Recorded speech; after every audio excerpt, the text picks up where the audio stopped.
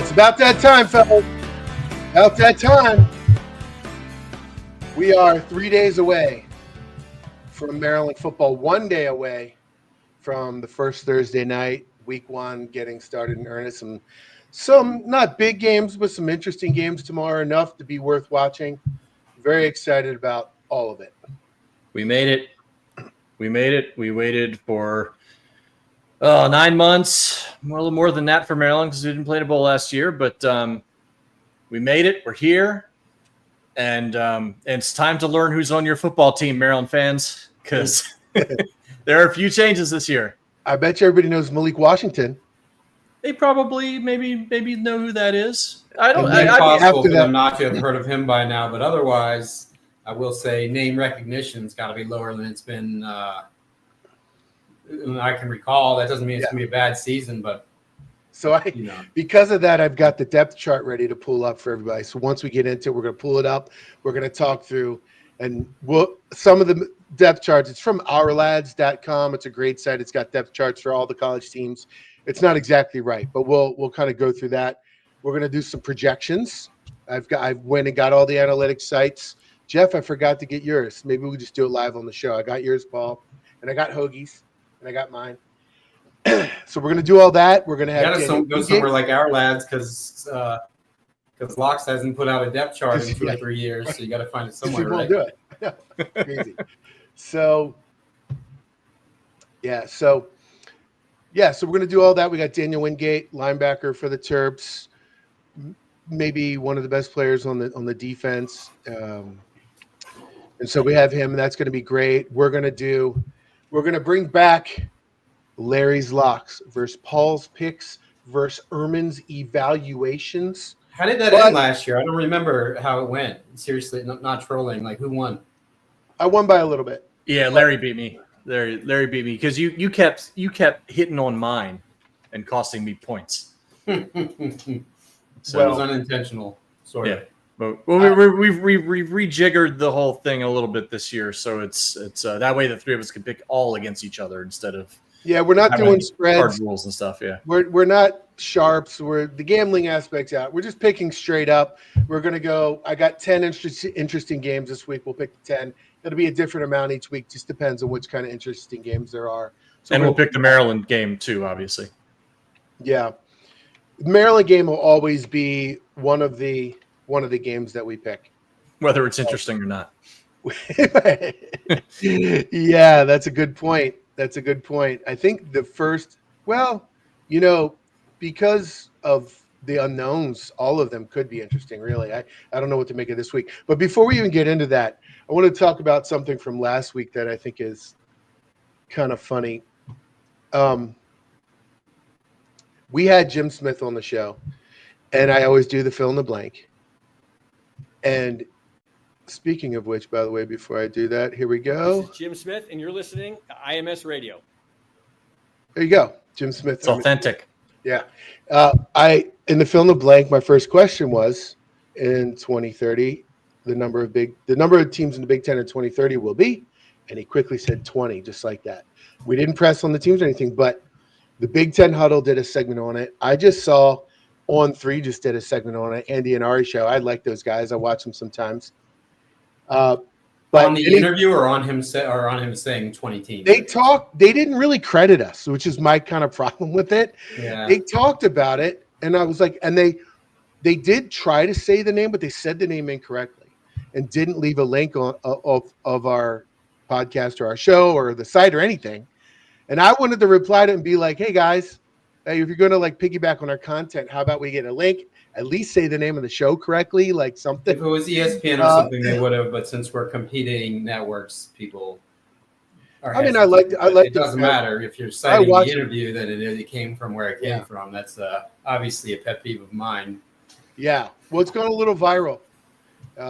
Anytime you talk about conference realignment or expansion, people go crazy for that. So it is a reliable topic. I've seen it on those two, and it might be on others as well. I've seen it on those two in the past week. So breaking some news maybe not breaking news, but getting some interesting fodder out there. That's good stuff. Yeah. Well, I mean, that was the first thing that hit me when he said it. I was like, wait a minute, that's a very specific answer Like Very and quick. Right. And for kind of like just a question like, oh, funny, haha, how many, what's it going to be, 32 teams next year? And he was like, yeah, 20. It's like, oh, okay. Well, maybe, especially as he was talking about how much he's buds with the Big Ten commissioner. That raised my eyebrows a little bit. So I'm not surprised it's been picked up by other outlets. But guys, give us a freaking link or a mention or something, will you? Like, come on. That's what I was kind of annoyed about. It just gets worse and worse, and that's a reputable site. You should see what some of these other sites are doing. We had not to go off on a tangent, but a site with a very recognizable, long-standing, decades or even more name that has now become Sports Illustrated. Their Maryland site they were literally pasting our articles and changing like 2 paragraphs, 2 sentences. It was unreal. And then you got these AI sites now that it's not even a person. It's just set up to respin your stuff and use it to, sell ads or whatever. It's crazy world out there, but yeah. Some other stuff to tie up really quickly before we go. Want to shout out to our boy Matt Moderno and the Fear the Podcast. It's called Fear the Podcast. Doing a great job, everybody.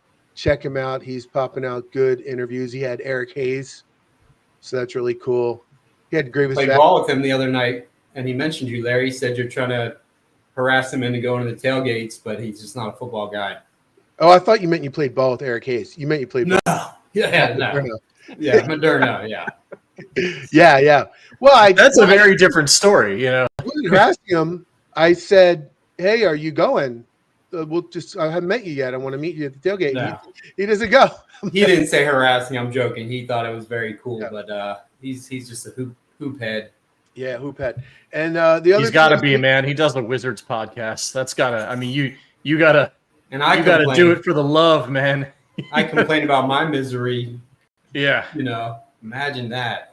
God, I mean, I think the funniest segment I've ever seen in my life in any sports program was when SVP and Russillo used to do the Wizards Daily, and just every day there was some awful, crazy shit happening with the Wizards, and it was just hilarious every time.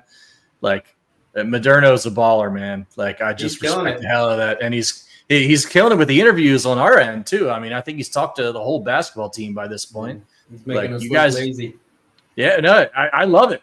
I mean, I was just like, oh, well, we just get to be part of the brand. So when he does like some cool stuff, I'm like, yeah, that's our boy. He's, we're all on the team here. I like to refer to it as our sister podcast. There you go. Sister podcast.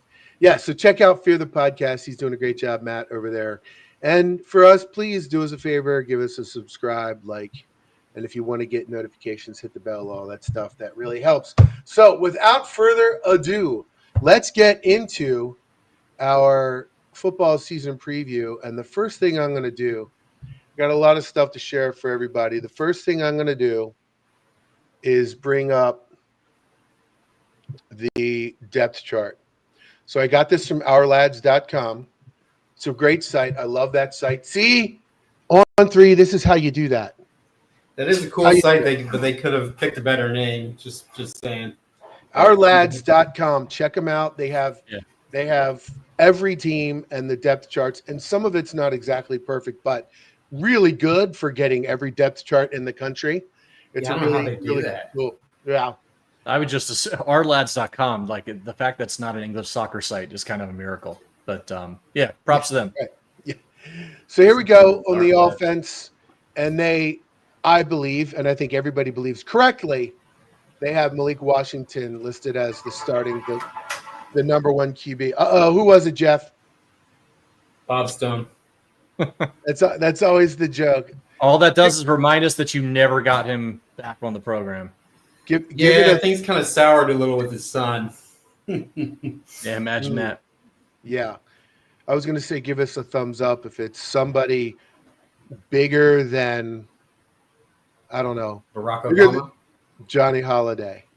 So SCP, Locksley, Buzz. No, not a heavy hitter. Obama was why we lost to Oregon State that year. That was that was rough. Here we go. Malik Washington, starting quarterback. Justin Martin, number 2. Christian Martin, number 3. I think that's it, right? Is there really any drama about that?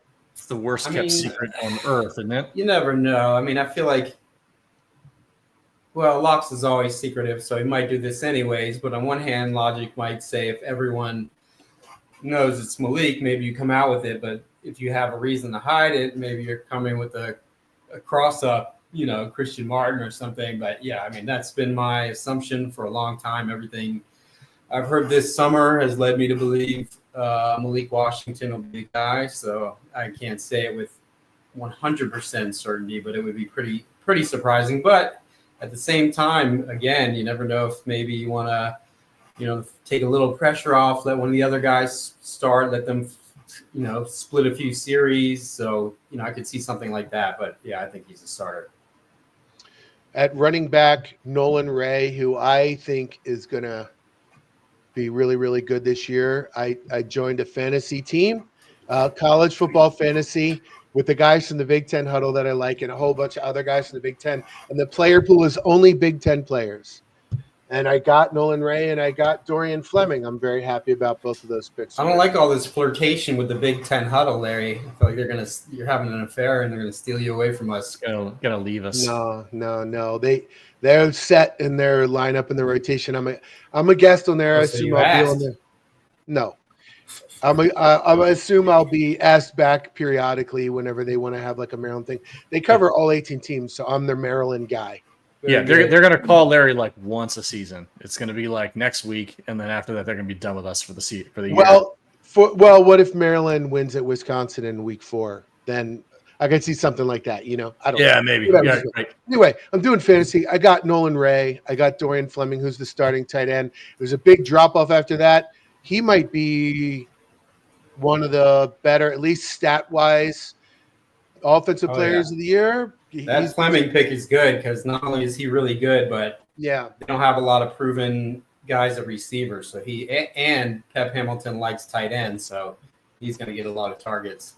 Yeah. He's going to have to be good. I mean, they're going to need him to basically be the number 2, if not number 1 option behind Farouk. And, again, the one thing I love Nolan Ray. He's probably my favorite player on the team right now. But, man, the stuff we're hearing about DeJuan Williams behind the scenes, I mean, I think you could have a pretty nasty 2-headed monster back there at running back. Great. Assuming the guys in front of them can get the job done. And if it's Maryland football, that's what we're talking about. So, yeah, we'll get to that in a second. Nolan Ray and DeJuan Williams, 2-headed monster. Freshman and sophomore, Malik Washington, freshman. Dorian Fleming, sophomore. Right? So there's a pattern developing here. At the wide receiver spot, they are more senior, more upper class. Jalil Farouk and Octavian Smith, both probably the 2 most highly thought of at this point starters, both seniors. And then Caleb Webb as a junior. Those 3 guys, what do you think of that? I think that's accurate. I think he's got – let me just take a closer look. And they got Mekhi White, Shalik Knotts, and Ryan Manning as the second string there. No, because Mekhi White actually switched to defense last week. But they're behind. They're behind on that. Then they're behind on that. Oh, that's disappointing. Isn't Zymer Smith showing well as a freshman? I mean he's really good. I don't know. I've heard if he's going to make quite as much of an instant impact as some of these other guys, but excuse me, he's definitely got a chance. I mean, he was one of their top recruits. Flipped him from Alabama, if I recall correctly. So that tells you something. I think Manning's going to play a lot. He's another guy who popped if you go to practice. And even in the spring, he looked really good. And it kind of got some whispers coming out that he's been pushing guys. Shalik Knotts is still here. And it's probably just not going to happen at this point. But that's a 4-star talent who's got all the athletic ability in the world if he can put it together. So if they move Mekhi White to defense, it must make me think that they like somebody back there among those 2s. I'm not sure who it is or where it's coming from, but I mean, it's not it's not a deep and it's not a great wide receiver class. Honestly, it's probably the worst group we've had at Maryland a long time. It may be in the Locks era. It's definitely the least proven. Yeah, by a mile. Yeah, I mean, you look certainly. At I mean, again, let's throw it out there. We don't know how this team's going to play. We're just trying to predict things, and it's really hard to do when most of the guys have not been here before because they were fresh, in high school or they were transferred. Freshmen or transfers, right? We're doing the best we can here, but yeah, sure. I mean, they could end up being awesome, but like in terms of just guys on paper, that's a tough look. So that's part of why you need Fleming and Houghton and some of those tight ends to be able to produce from that position as well, and probably getting some stuff out of the backfield. So I'm kind of curious, how much Pep is going to be given some leeway in the Locksley offense. We've had this issue before where Locks brings in these coordinators and they got to run his stuff. And look, his stuff is good. His stuff is won national championships. But, are we going to see more Locks with like a little bit of Pep flavor, a little bit more of a pro style, or is he going to let him kind of do his thing? And I don't, again, that's another thing where we just don't really know until we, check back in a couple weeks. I have no doubt Pep will get more say so than any of the previous guys. Those are just guys that Locksley hired with Pep. They have like a multiple decade relationship. They're like, I think it's probably his closest friend in coaching. And so I think he'll definitely get a little more leeway to do his thing. And that means they should be able to get a little bit more of a running game going, you would hope. But again, we don't know the offensive line. We have no idea. We heard through camp, the defensive line was getting the better of them semi-regularly. So that, maybe that means defensive line's really good, but it's mostly the same guys coming back from last year. So you have to count on that progression, It's not really they lost a lot of guys on the D line to NFL and transfers. So they got no on the offensive line. Yeah. Mostly the same guys. But coaching, maybe that helps. The coaching staff has changed. But I am kind of excited because Isaiah Wright was supposed to be the best lineman on the team last year, and he got hurt. And he was a 4-star coming out of the portal. Well, they get him back. They also got Ratrell Perry, who's a 4-star coming in. That's not bad to bring in 2 4-stars for the offensive line. That's 2 new guys that could really help. And not to say that they're going to be good, but maybe they won't be the worst offensive line in the Power 4 again this year. Maybe they'll be below average, which would be a big improvement. Right? Even like a few inches below mediocre, I think would be right. You take that and run with it. Yeah. They say Alan Heron, the kid who transferred from a Division II school last year and struggled a lot. They say he looks great. Best looking lineman right now, supposedly. So we'll have to wait and see on that. Obviously, Isaiah Wright, like you said, is a big upgrade. The depth to me is, even if Jalen Gilchrist is the depth, right? There's not much depth. Yeah, it's Gilchrist, who's a true freshman, and Ryan Howerton, who popped a little bit in the spring, certainly, who's a redshirt freshman. And then you got Michael Hershey at center, who's completely unproven. And I don't even know if we have a backup center. So well, they got to be prepping someone. Yeah, obviously they have a backup center, but right. It's scary. Needs some really good injury luck this year. Yeah. Yeah. Need some good injury luck. All right. Well, that's the offense. Let's scroll down here a little bit. Oops. Let's scroll down here. Let's go to the defense. The defensive line, they've got Neo Avery, Cam Rice, and Dylan Fontes with Daniel Owens, Joel Starlings, and Ian Thomas. And the second string, Cedric Smith, though, I know the reports have been great about him. He's likely going to start or be getting major playing time in the 2 deep, correct? Sidney Stewart? Oh, I'm sorry, Sidney Stewart. Yeah, yes. Yeah.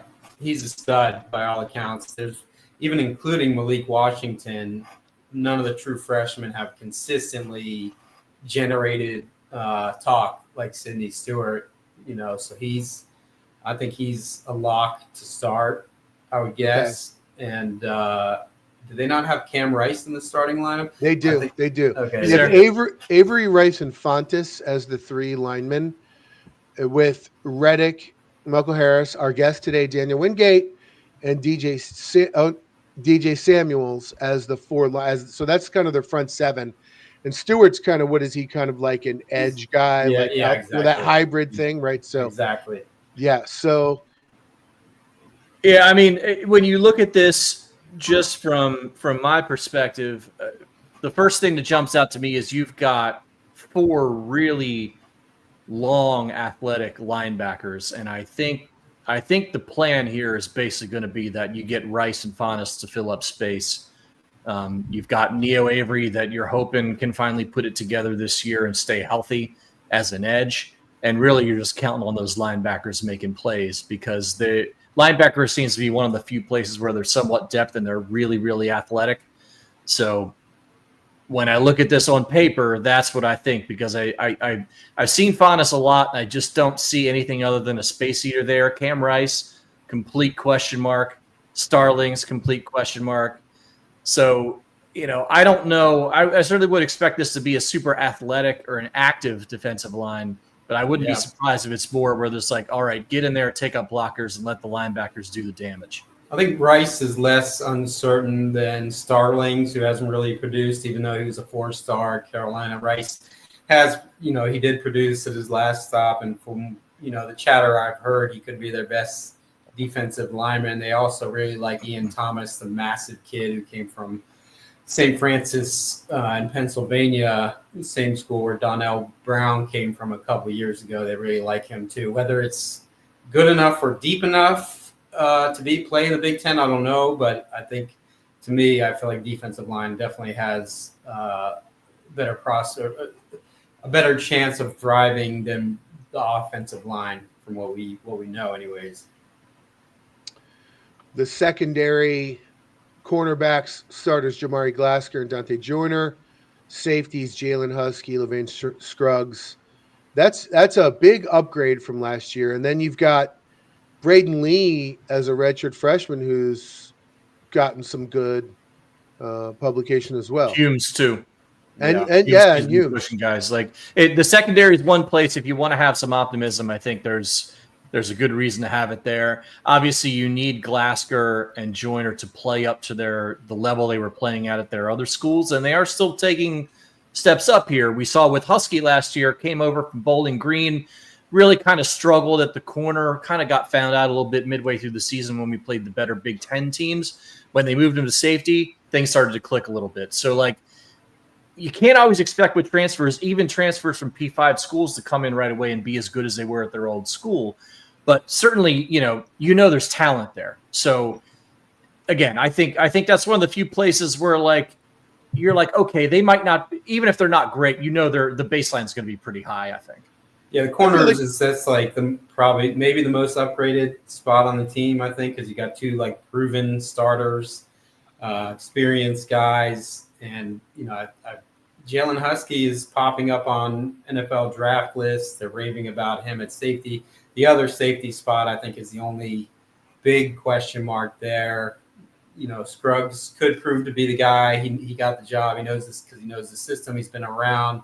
They got this kid, Gavin Edwards from Austin P, who might push him for that job. But the other 3 spots, I think they do look a lot better than they did last year. And then in special teams, Bryce McPherson will be the punter.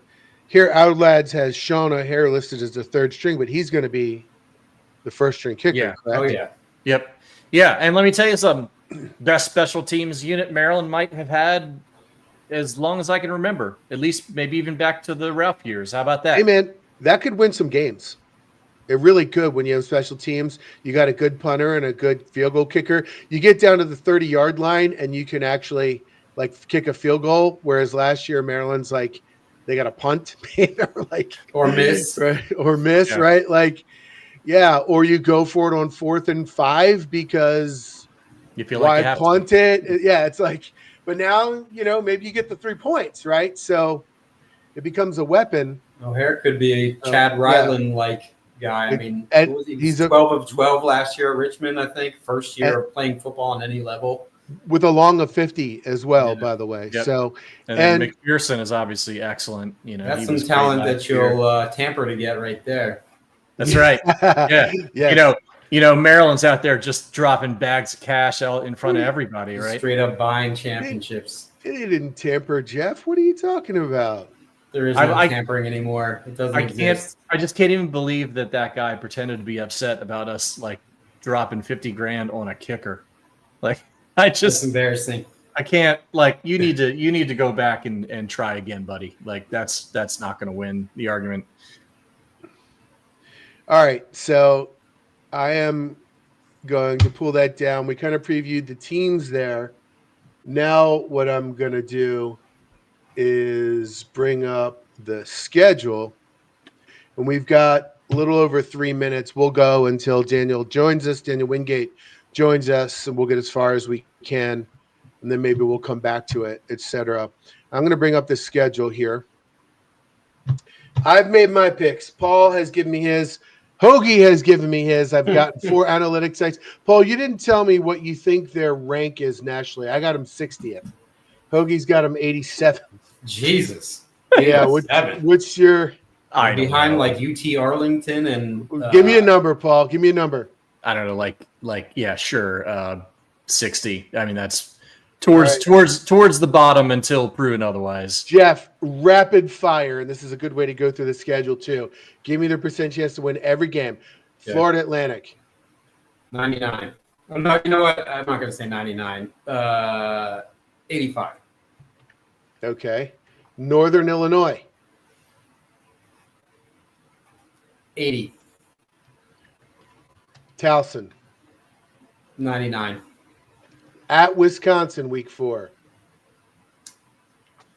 Wisconsin, is that the only team they haven't beat since they joined the Big Ten along with Ohio State? I think it is. They never beat them. I don't know. They got Billy Edwards going against them, so that'll be interesting. Haven't beat Michigan yet either. The West Coast they got Michigan. Edsel beat the garbage Brady Hoke Michigan team. Oh, that's right. That's right. Yep, I was there. They also had to beat the West Coast teams, but that's with a caveat. They did beat USC.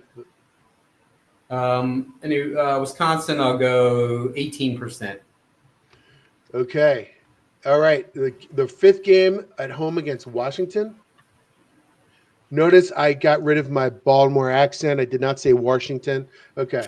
There you go. 40. I want props for that. All right. Hosting Nebraska. 50. At UCLA. That's tough going out. They're not very good, but it's tough going out there to the West Coast. I'll say 40. All right. Indiana at home. 35. Okay. At Rutgers. 50%. Okay. Daniel just joined us. We're going to let him in 2 seconds. Very quickly. At Illinois, Jeff. Fast. 20. Okay. Michigan at home. 20. At Michigan State to finish the year. 45. All right. And we will come back to that in a minute because right now we're going to add to the show our boy Daniel Wingate. Daniel, you're muted. There. Oh, you're unmuted. All right. How y'all doing? Good. I should have known you would have got that. We have some old timers on the show and they mute themselves. We got to guide them through all the technology and everything. I should have known you would have got it. How you doing, Daniel? I'm good. How are y'all? Very good. We're very excited to have you. Everybody's really excited for the season. And that's what we want to get into it with you right now. I want to start off just by asking you, so much player change. A lot of guys off to the NFL or just graduated. A lot of transfers out. A lot of transfers in. A really good freshman class. It feels like a little bit of a changing of the guard maybe. How are you guys handling all that, all this new player influx? Oh, we're handling it very well, with Coach Locks, being able to have brother moments during fall camp. We were able to learn about each other more and we were able to just, connect as a team and as a unit. And I think it's paid off very well. Daniel, everybody's obviously talked about last year, locker room issues, seemingly fixed, that sort of stuff. Putting that aside, though, let's just talk talent. Do you feel like people are overlooking just because a lot of the guys haven't had their chance to thrive yet, how much talent you guys have on the roster? Yeah, a lot of guys are being overlooked, and all I can say is just wait till Saturday. You'll see who we have and the type of team we have. It's the great equalizer, right? You can talk about the talk, and then eventually you got to go out there and play the game. So, You gotta walk the walk. Exactly. And when I look at this roster, and especially in your position group, I see nothing but like really long athletic guys at the linebacker spot. So what can you tell me about the guys you're going to be lining up against and how you guys are going to be able to play this year? We got great guys in the linebacker room. We have great guys that, we all want to be able to learn the game. We all encourage each other. We're all close. We all tell each other if we've messed up. We hold each other accountable. It's going to be great because, it's a lot of young guys that are out there that are ready to be getting ready to go out there and play the game, and they're ready to put their name on for their family, for the team. It's just we have so many eager young guys to learn. It's going to be a great season, and you're going to see that we do have a lot of depth. Even though it's not a lot that is, veteran type, we still have a lot of depth, and we have a lot of great guys on this roster. Hey, Daniel. Last year, you had 50 tackles, 6.5 tackles for loss, both ranked third on the team. So I'm guessing that's something you're going to want to improve on, maybe be number one on the team. But what else? What other aspects of the game you've been working on this offseason? I've been working on, man technique and being able to drop in zone, being able to understand zone concepts and passing concepts and, understanding the pattern, trying to be able to affect the game in all aspects, no matter if it's run or pass, just trying to be a presence around the ball every time. And not many people are familiar with Ted Monachino. He spent most of his years in the NFL, obviously. How would you describe his style of defense? Ted's style of defense is go out there and play football at your ability. He allows us to be able to understand the calls and be able to run around fast and move fast without thinking too much about it, letting us play the game how it's supposed to be played. So, Daniel, you've been living through this change from like the kind of prior amateur era to now through NIL and all this stuff, and now the house settlement and all this stuff where like a college locker room is now becoming more like a pro locker room. As a player, how does that affect you guys when you're looking at somebody and being like, I wonder how much he's getting paid? I wonder if I should be getting paid more than that guy or this guy. Or does that affect you guys? Or is that something where you're able to kind of put to the side and just be like, you know what, we're all wearing the same uniform. We're doing the thing.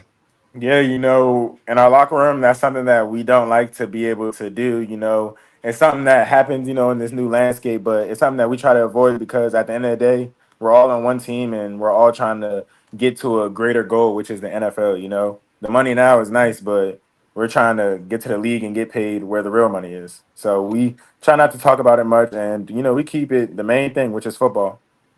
Yeah, we heard Locks talk about that publicly in a couple of his press conferences. He talked about last year how there was a lot of that going on, and maybe some of the vibes in the locker room weren't great. He said he admitted publicly maybe he lost the locker room for the first time. So this year, how's the vibes on the team? How you guys feeling? Everybody getting along? Yeah, the vibes are great. This is a great brotherhood that we're in right now. We all talk to each other every day. We compete every day. We just push each other to be the best that we can be. And it's all out of love. We all are connecting on another level outside of football, as actual people. And it's really helped us out as a team, as a locker room. Daniel, who are a couple young guys on that defense who people might not know now but are going to know in a couple months? All of them. You could go down the roster and see him, but I would say Anthony Reddick, Sidney Stewart, Zahir Mathis, Travaris Daniels, CJ Smith. You don't want to leave anybody out, I see you. Yeah, I don't want to forget nobody out. Everybody, all the guys that's on the team. What about Sidney Smith, though? Because I keep hearing his name over and over during the offseason. What is it about him that's generating all this talk? Sidney or CJ? Sidney Stewart. Yeah, Sidney, man, he has a motor. He is excited to play football. He loves the game. He's aggressive. He can do it all. And when y'all see him on this field, y'all are going to see what the hype is about. All right, Daniel. You've been playing against your teammates on the offense side of the ball for quite a while now, and I imagine you're sick and tired of seeing their faces. So, like, give me some guy on the offense that you're really tired of seeing coming against you on the other side of the field. A lot of them. I would say Nolan Ray for sure. You get into that second level? Yeah, Nolan Ray can he can get to that second level real quick.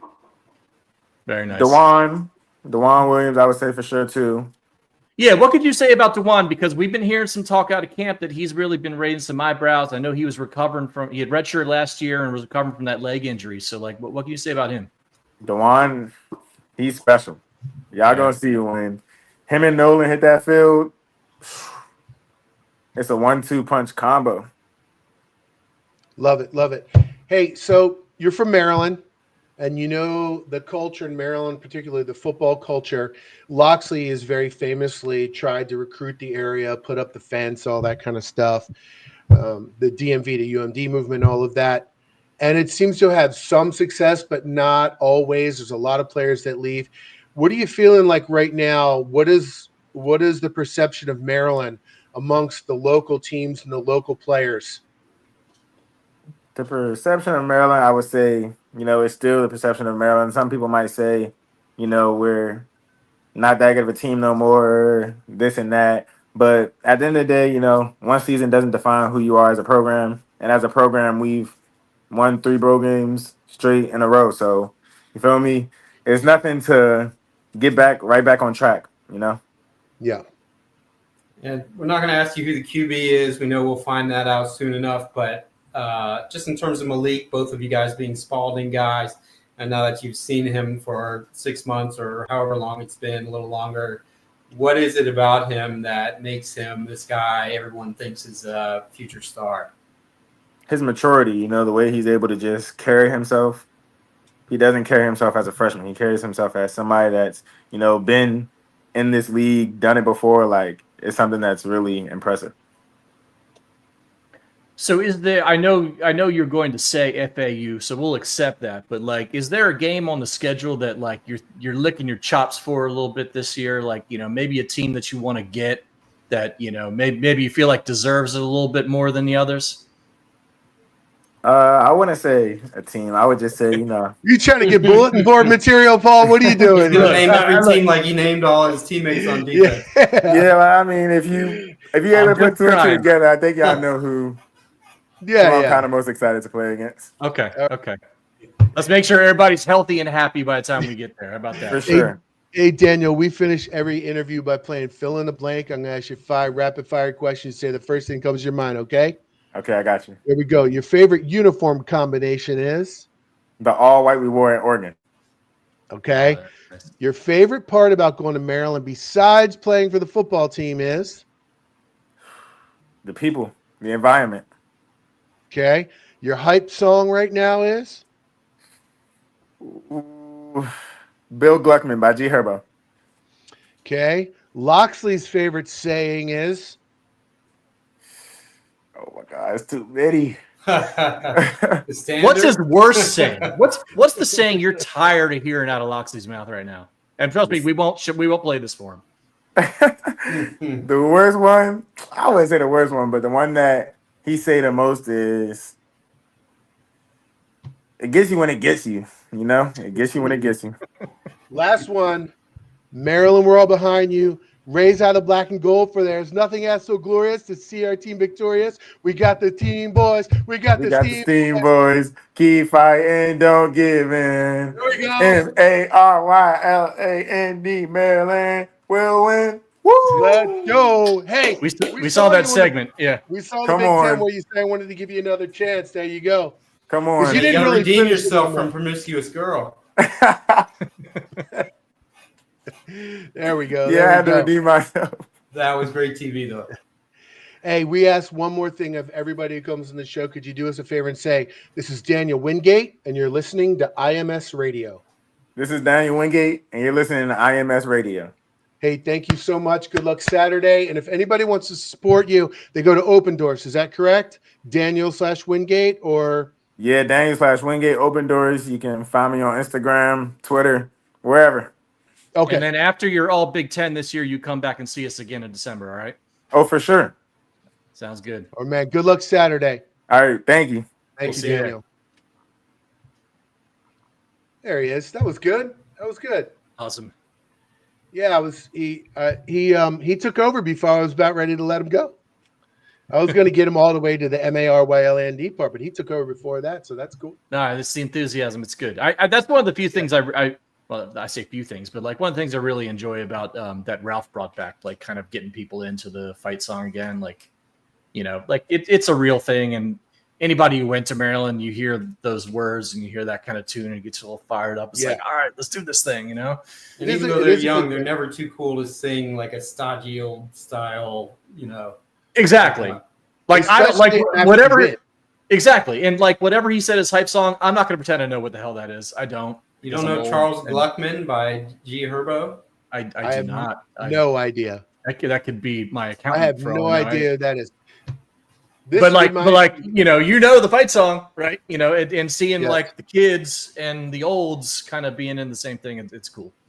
When he said that, it reminded me when we used to have the rap lyric segment where you guys would give me the rap lyrics and I would have to guess what it meant. We got to bring that back. We got to bring that back. That was bring it back. I think was it Matt glorious. W. I think Matt W. kind of helped every week behind the scenes, giving you good lyrics that had a lot of words that meant other things that would make it tough for me to try and figure out. And the most famous one was he walks in silence like lasagna. And I said it was because it was like an Italian mafia guy because it was lasagna and they had silencers on their guns. So silence. I mean, that's like not terrible. Yeah, that was funny. We'd ask Larry and he'd be like, I believe he's referring to a promiscuous woman from the one of them was Chicken Head, which I got. He got Chicken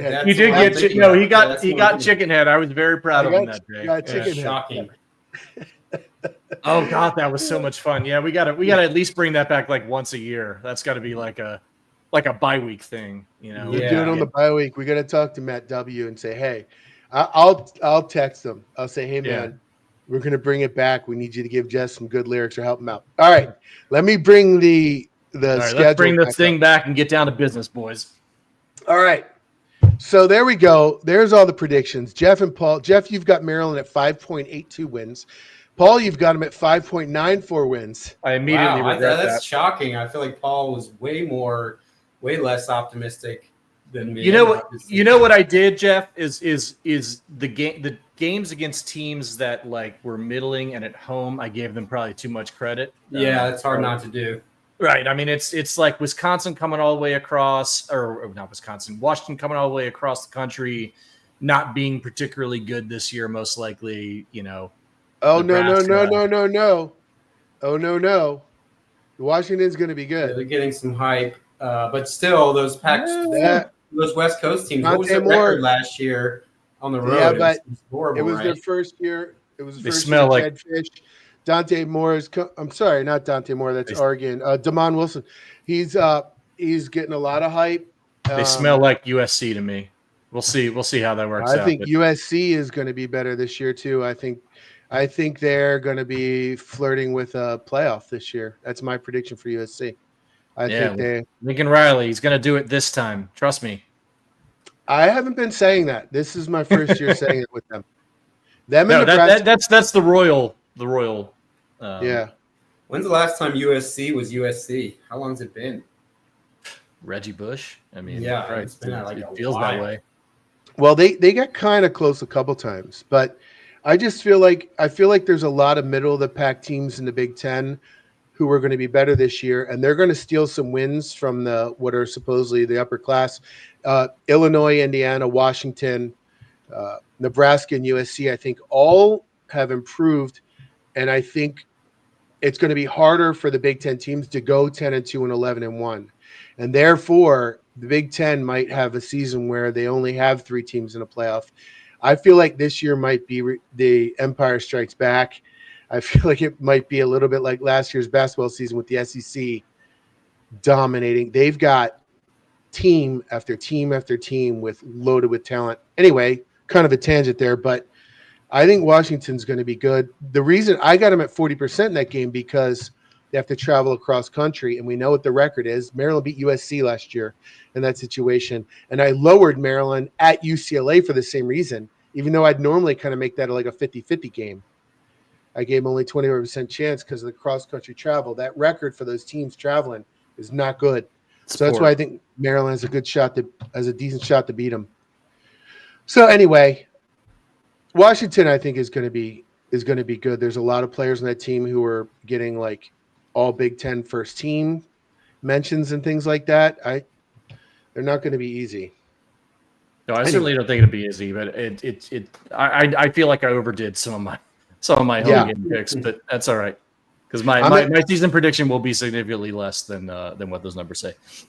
Yeah, I'm at 5.29. Hoagie's at 5.24, and he very badly wanted me to attach an unflattering statement to his picks about the team, but I said I'm not doing that.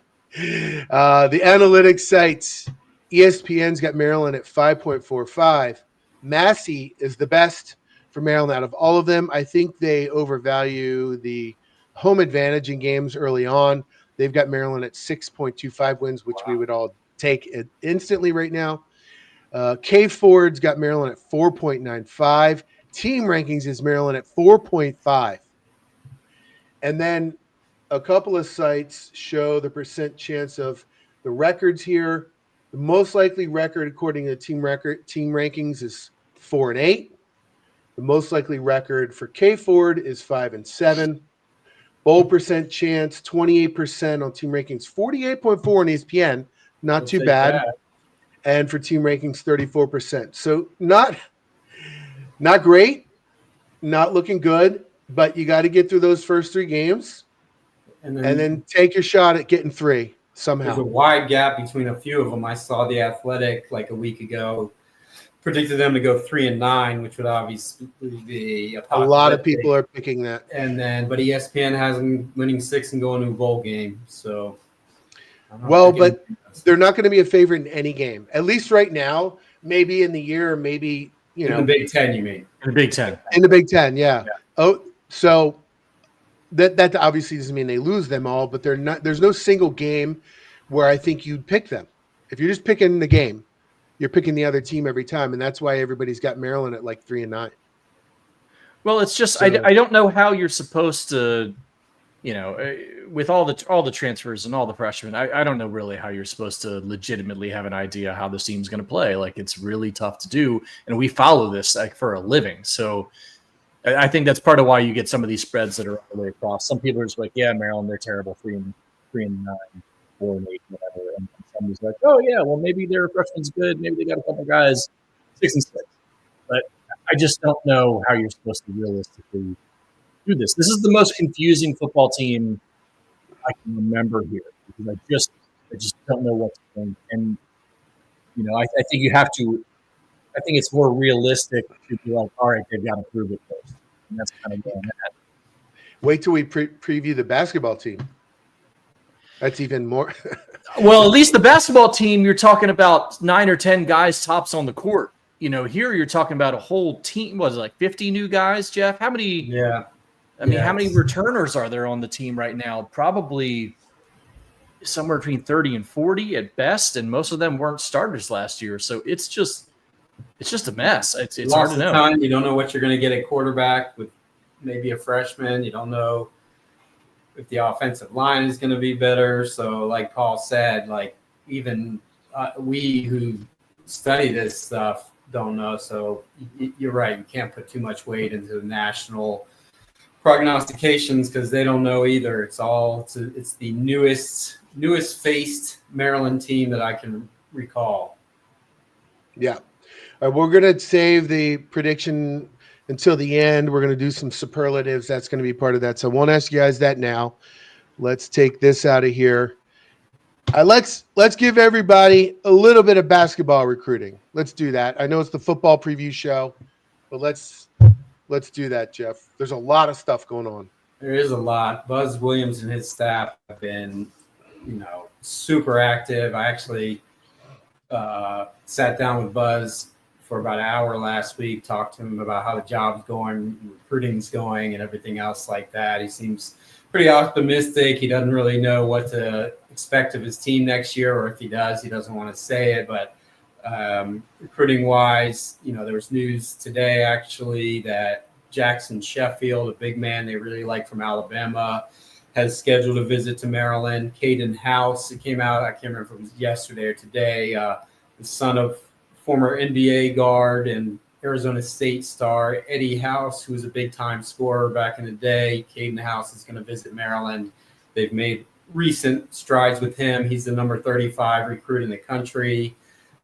Obviously, the big name is Baba Latitune, formerly number 1 player in the country from Silver Spring, who's since reclassed to 2026 from 2027. I think he's number 9 now in his new class. That one's going to be obviously a tough one, but they're very much working. I mean, the list has expanded, but at the same time, some of the guys we've talked about the past few months who were on there have fallen off. So now, if you go to the site, I actually recently made some changes to the prospect board, but they've got a good, solid 10 guys who they're seriously recruiting. And, you're probably only going to end up with maybe 3 high school recruits. So they cast a wide net. It kind of feels like almost with them, maybe a little more of an interview process when you bring in kids for officials. It's not always automatic. We definitely want this guy. We're going to take him immediately because it takes a certain type of kid, I think, to play for Buzz Williams. So that's part of that. But, in a nutshell, they only have 1 commitment, so you can't congratulate them on anything yet that they need to finish. But there is a pretty wide net of pretty good prospects on the board. Nice. All right. Well, let's do our first non-revs report of the year from our boy Wheels.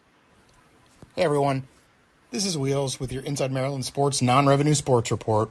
We are so back. Right now, the big news is all happening on the soccer field, or for Paul, the pitch. The women's team has started the season 3-1, having just dropped a road game at Old Dominion. This is their best start to a season since 2017. They have a chance to improve this coming Thursday when Navy visits College Park. The unranked men's team is fresh off of a 1-0 win at number 25 Georgetown. The real story, though, happened in the season opener last week at number 6 Wake Forest. The Terps led 1-0 at half, but Wake Forest suspended the game with a no-result outcome due to lightning in the area. Funny thing was, no rain ever fell, so the Terps didn't have a chance to secure a win that would age really well in what looks to be a real bounce-back season for the Terps. Bucknell visits College Park on Friday. 4th-ranked women's field hockey team opens its season on Friday with a visit from Stanford. The Terps are going to compete with top-ranked Northwestern for Big Ten supremacy and likely a Final Four national title. While the golf and tennis teams are still a week away from opening their season, the women's cross-country team opens its season in Leesburg, Virginia on Friday. And that is a wrap for your non-revenue sports report. Take care, everyone. That's shenanigans by Wake Forest right there. That's crazy. 100%. But that Leesburg is not too far from me. Leesburg, Virginia. Maybe I'll go check out. Who did he say that was? The cross-country team? Settle down, Larry. I'm going to go. I'm going to go watch the cross-country team, and I'm going to just cheer really loudly. I'm just going to go be absolutely insane fanatic. And they're going to be like, who the hell is this guy? Just be walking around with this bottle. Opportunity. He'll be walking around with this bottle of Clutch vodka, just be like, yeah, Terps. Woo! Let's go Terps. All right. He's going to drop the Clutch vodka thing again because he's salty and he hasn't gotten his bottle yet. Nope, still don't have it. All right. Last thing we're going to do. Moving right on too. I'm just moving right on. I'm not doing a shot of Clutch vodka. No, that's fine. I just want my vodka. I don't even drink vodka. It's just the principle of the thing now. Yeah. Well, maybe I'll bring it Saturday if I remember. Maybe I'll remember this time. You're not walking all the way down to my tailgate. I am not. I tried it one time and I almost died. Yeah, So, we don't want that. no, I'm not doing that. All right. Here are the superlatives. And I figure we'll each do one and we can't pick the same as the other person. So we'll just start You just want to go first every time, Jeff. I'll go third, and I'll pick someone different than the other three of you guys, which means I probably will have the worst picks, but that's all right. Let's start with the offensive player of the year, Jeff. Who you got? I go Nolan Ray. Yeah. Paul? Let's see. I'm going to go with Dorian Fleming. Another good one. The two most likely candidates. I'm going to just, you know what? Hell. All right. Somebody's got to do it. Malik Washington. All right. Defensive player of the year. Go ahead, Jeff. Paul, you go first. I don't want to take too much of an advantage. Well, Daniel Wingate. Yeah, that might have been I'll go Jalen Husky. I think it's one of those two. And is it IE or EY? I'm drawing a blank right now. EY. That's right. Yeah. I'm not sure what I want to do. Can you name another defensive player? Yes, I can, but I'm just I'm going to go – I think I'm going to go with – I'll just go – I'm at third, and you obviously the guys I wanted. I'm going to go Jamari Glasker.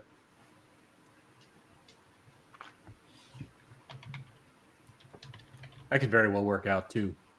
Yeah. His film is really good. If that translates, he's going to be excellent. Larry, you go first on this one. We'll just rotate. Go first? Okay. Newcomer of the year. So this means any transfer or freshman. I'm doing Malik again. I'll go Dante Joyner. I think he's going to be really good at cornerback. Paul? Let's see. Let's go with in the tight end. Yeah, I don't want to repeat myself though, but let's go with DeJuan Williams, man. I when I went to spring practice, he was the first one that jumped out in front of me, and I kind of believe the hype here. I'm just remembering how to spell it. DeJuan. Make it Deju. Okay, that's what I thought. DeJuan Williams. Okay. Breakout player. Jeff? Breakout player. I will go Trey Reddick. I think everything I've heard is he's a pass rushing menace, so we'll go with him. Paul, you want to go next? Yeah, I'm going to go on the opposite side and say Neo Avery and say this is the year he puts it together, stays healthy. Like that. Neeo, right? Yeah, Avery? I'm going Sidney Stewart. All right. The surprise win of the year. Paul, you're first on this one. All right. Against this super awesome Washington team. How about that? I was going to take them. Well, here's the other thing. And I know people laughed at me when I posted this on the board. It's after a bye week for Maryland, in addition to Washington having to travel across country. And I know that's not been any kind of advantage for Maryland in the past, but they do have new coordinators, and hopefully they're going to be better able to take advantage of that. But you got a rested team who's going to be preparing for 2 weeks against Washington, who has to travel across the country.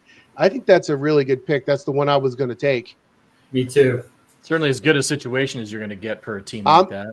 I'm doing Indiana because Indiana is also, it's the same situation. Maryland's on a bye. Indiana has to come to Maryland, and the week after Maryland, they got Penn State. If they're having a good year, they're going to be looking ahead to that game. So there's a lot of factors that could translate into Maryland with a surprise victory there. All right, Jeff. Probably won't be a huge upset based on the point spread, but just in terms of like national perception, I'll go Nebraska.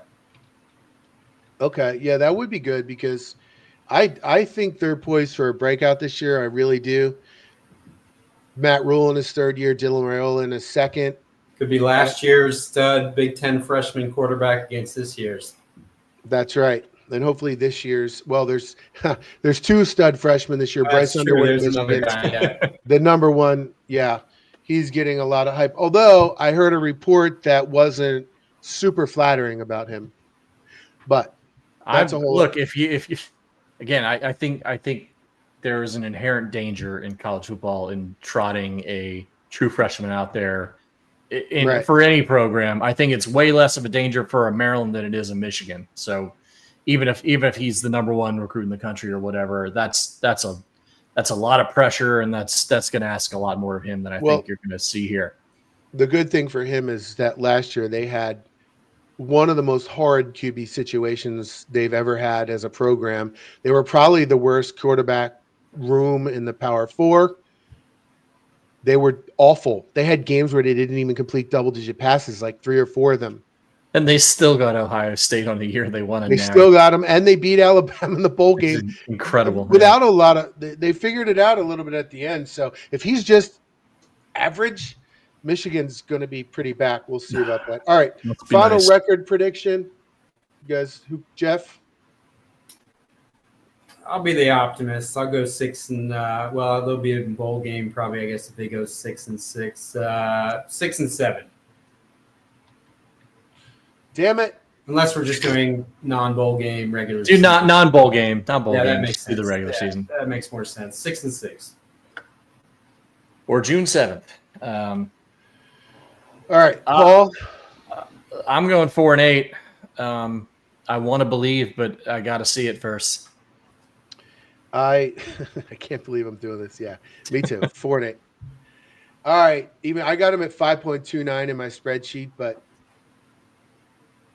they're so young. I'm so worried about the offensive line. Here's the thing: it could be exciting because you got this young team, and you want to go in the season and say, "Hey, man, if these guys can get to 6 and 6, keep that team together. You back it up with a good class next year. That can be a really exciting thing." The problem is the portal. Yeah, so it's like kind of. But I will say this, and the portal has hit them pretty hard for several years. I will say this though: he's clearly invested in these young guys because now investing means actually paying, and he's investing in these freshmen. So, they might get more money at Maryland than elsewhere for the first time ever. So I do think if things go well this year and those guys are, having success, there's a little bit better chance of keeping most of them than there was in the past. Yeah, and here's the thing. I really want Mike to get a couple years with a decently fair playing field in terms of NIL and stuff. He has not had that since he's been here. And, I'm worried he's got to get to 6 this year before he's going to get a chance to get another year or two to try and build on this new framework. And I really hope he does. But if he does go 4 and 8 like I'm predicting, it's going to be some tough conversations at the end of the year. I think if you get 5 though, there's a sliding scale there. Like if you get 5, but Malik Washington is the truth. I mean, when's the next time you're going to get a quarterback? Because quarterback is so outsized in its importance compared to any other. We know what Maryland's history with QBs is. So if you get 5 and Malik Washington looks like a superstar, and he's almost certainly, I don't want to say almost certainly, I can't speak for him, but there's a real chance he'll leave if Locks isn't around. It might change the calculus a little bit. Yeah, I think there's a lot more going into the Locksley question or the hot seat question at the end of the year than what the record is. I think everybody who's tied into Maryland knows that, and it doesn't seem like there's been a ton of national people even talking him up as having a super hot seat at this point. And I think that's understood. So we'll see, but I really hope he can prove that he can get 6 this year or 7 or whatever, and be like, all right, I can build on these young guys, and now I can pay guys the way everybody else is. Let me do the thing. Like I think that's worth exploring, and I hope he gets a chance to do that. But he's got to win games, man. He's got to be. Washington looks like the real deal this year. You got that building block as your quarterback, and then I don't know if you guys have heard, but they got the number 1 recruit in the country committed for next year. So then who's that? Who? Who's that? Kid named Zion Ely from I'm Baltimore. joking. Yeah, I know. Yeah. Yeah, I know. So if you keep it together, and That's you what look I'm good saying. and That's keep what could guys be around, so and then you exciting. can bring in the number one player who's a pass rusher, which is another premium position. You can kind of squint and see it turning into a turnaround, but you gotta get some wins. So I say I'm willing to sit through a rough season if you feel like there's something building. It kind of reminds me of in baseball when teams do these rebuilds. The Orioles went through one recently where they had all these highly rated prospects. It was super excited to watch them come up one at a time, and they had back-to-back. This year they're not doing well, primarily because of the injuries to pitching, but they had all these highly ranked guys. It's super exciting to watch them come up and start succeeding, and that would be awesome. I could sit through 4 and 8 even. Like if there's all these young guys and they're flashing, like, hey, keep them together, watch them grow, right? But we'll see. It's a hell of a drug. Yeah. All right. Who's going to win the Big Ten, Jeff? I got to go Ohio State.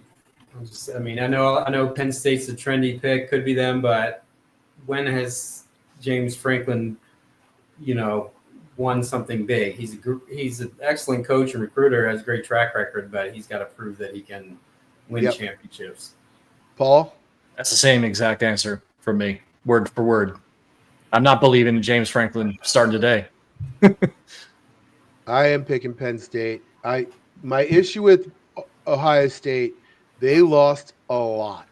And I know they backfill, but it's still, you saw what happened to Michigan last year. You saw what happened to Florida State last year. I'm not saying that's going to happen, but they were 10-2 last year. They were more like an 11.5 or 12 win team. This year, I think they're at a legit 10-2 type team. Like I think still kind of playoff level, but Penn State's loaded everywhere. And their one weakness was wide receiver. They got 3 guys in the portal, highlighted by Trevor Pena, the Syracuse transfer. That dude's really good. They are loaded everywhere. The running backs are ridiculous. Nick Singleton, Katron Allen, ridiculous, right? They have to replace Tyler Warren, but they've got 3 guys who aren't going to be as good as him by themselves, but the 3 of them combined are going to be good. He hasn't won it until he does. I think this year might be the year he does. And he did win one Big Ten title when he had Saquon Barkley. But yeah, anyway, all right, who's going to win? Anyway. I think it's kind of between them. I think Oregon is in that group as well. But Oregon, without the back-to-back years with the graduate senior quarterbacks, and now this year Dante Moore's got hype, but it's his first year, so I don't know. All right. Who's going to win a national championship, Jeff? Man, I have not thought about that at all. I don't know. I got to watch some of these teams play. I haven't done as much research as you. You tell me who you got. You want me to start? Yeah. I got Texas. The Arch Manning hype is overhyped, yes, but it's hype for a reason, not just his name. Like he played last year, and he looked really good when he did play. Pretty good. Really good. They've got studs at every level of the defense. They got NFL talent everywhere. I think their offensive line is the one area where they lost a bunch of guys and they're rebuilding a little bit. But I got them. And like I said, I think this is the Empire Strikes Back this year. I think the SEC is going to be really dominant. I think they've got about 7 or 8 of the top, like 10 to 12 quarterbacks in the country, all in the league. They're really good. Anyway. I don't even need to be here because Larry took my answer on that. So I'll just copy off of your work like I did Jeff's. I'll go Georgia. I think that feels like an aberration with the Big Ten winning it. SEC is, like you said, Larry, they're going to bounce back. Could be other teams, but I'll go Georgia. Yeah, there's a lot of optimism. Like I'll talk about my Big Ten huddle guys again. They're really high on the Big Ten this year. They think they've got about 8 or 9 Big Ten teams in the top 25, and they think right. So there is optimism, but I'm a little worried about Texas, Ohio State week 1 on Saturday is amazing. I really wish it wasn't at noon. Man. Same time as Maryland, but you got Julian Sayans starting for Ohio State in that game, and he's a redshirt freshman, hasn't played yet. His first game is against the number 1 team in the country. That's tough. That's rough. That's rough. And I think yeah. Go ahead. The Big Ten to me is interesting because I think they'll be really good across the board, but I don't think they've got enough elite teams like the SEC does right now. Penn State should be elite, but it's James Franklin. Ohio State should be elite, but like you said, they've got a lot of rebuilding to do. And 2 new coordinators. Yeah, 2 new coordinators. It's a big deal. Oregon lost a lot. Like Michigan, true freshman quarterback, loaded otherwise, but true freshman quarterback. So I just don't know. I think you might have a year where you got a lot of 10-2 Big Ten teams, but nobody. And maybe really 9-3 as well. Yeah.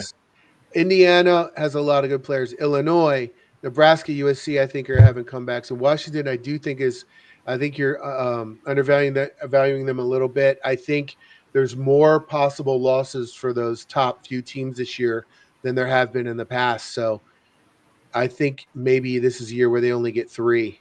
They don't get 4 like they did last year. Yeah, could be. Yeah. Could be. I just want the games to start, man. I'm so excited. Like tomorrow night. I know. Nebraska. I mean, look, and Farmageddon ended up being pretty great. I mean, Farmageddon was awesome, man. I mean, we had like a fumbled punt return in the first 5 minutes. We had a couple fumbled snaps. Like we had all types of crazy stuff going. It was beautiful. You know what? What we forgot? I don't know if we're gonna do it. I gotta. Did you not put in our picks? Yeah, I did, but I got to. I keep having to toggle back and forth between my personal account and the IMS account. So give me 1 second here. That's why I said we had a lot of segments on this opening. Here, let me share a different sheet for you guys now. We're doing the Paul's picks versus Larry's locks versus Ermin's evaluations. We're just doing straight up, no spread. We're not experts here. So we're going to go to week 1. My picks are already in here. It's just white on white text. I will reveal them afterward. So you guys can pick now. I've already made my picks. He doesn't want us to cheat off him. Yeah. All right. We're going to do it real quick. We're going to go game by game. Paul, Texas, Ohio State. Tejas. Jeff. Ohio State. LSU at Clemson. Paul. Clemson. Jeff. Clemson. Notre Dame at Miami. Yeah, give me the Irish.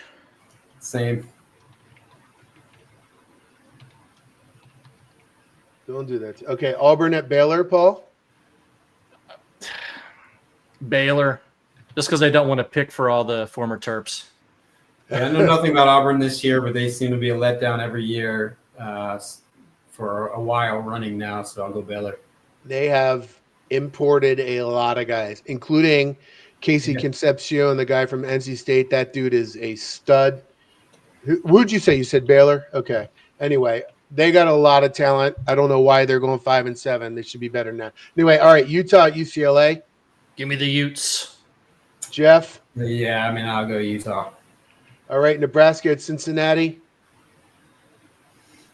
I don't know. I'm just picking Cincy here because it's verse. It's not at. They're playing in Indianapolis. In Kansas City. That's a neutral site. Yeah, neutral yeah. site. Nebraska's getting a lot of hype, but give me Cincy. Screw it.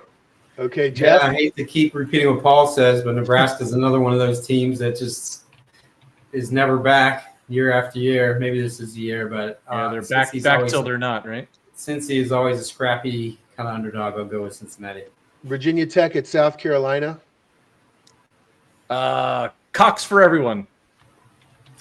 Jeff. Pause, but I'll go Virginia Tech. They're due to get it done, and those fans at South Carolina, I just can't stand them. So Syracuse at Tennessee, super interesting without Nico Iamaleava there. See how Tennessee rebounds from that. I think it might be better. Give me Tennessee. Ooh, okay. I also Better.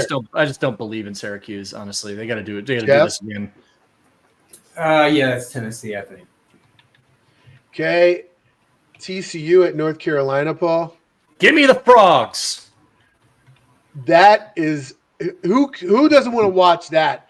Bill Belichick. Who does not want to see what this is like? Dion part 2 here. All right. Yeah, it's Bill freaking Belichick. He needs to make a statement. Got a lot of money. I'll take the heels in what I assume is an upset on the point spread, but don't know for sure. All right. FAU at Maryland, Paul.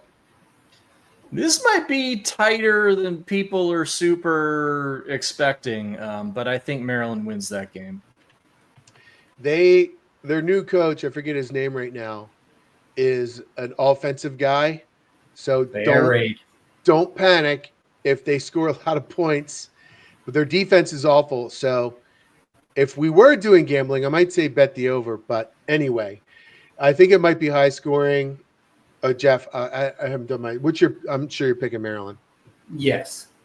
Yeah. All right. Now I will unhide my picks. There they are.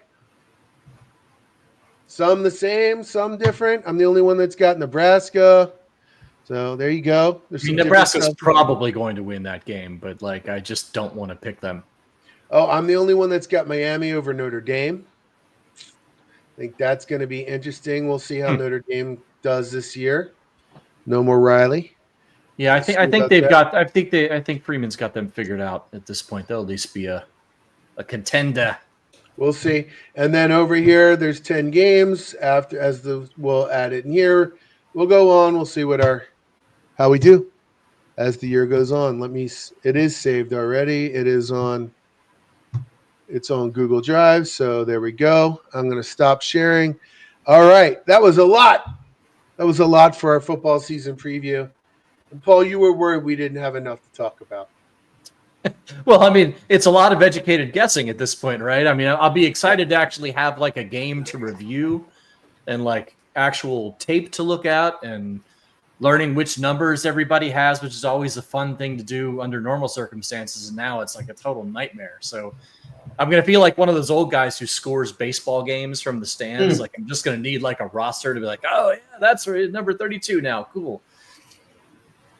Yeah, that's kind of why I was we got to pull it up today because who's going to be who, right? All that stuff. Anyway. Yeah, that depth chart was crucial. Yeah. All right. Well, there you go. Everybody who made it to the very end gets a prize. You get a free handshake from me at the tailgate. That's got what have you been doing with that? What have you been doing with that hand, Larry? And you know what else you get? Given so many free hugs. There you go. Free hugs from Paul. There you go.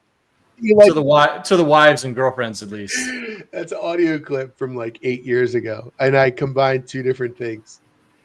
Yes, thanks. We really appreciate that.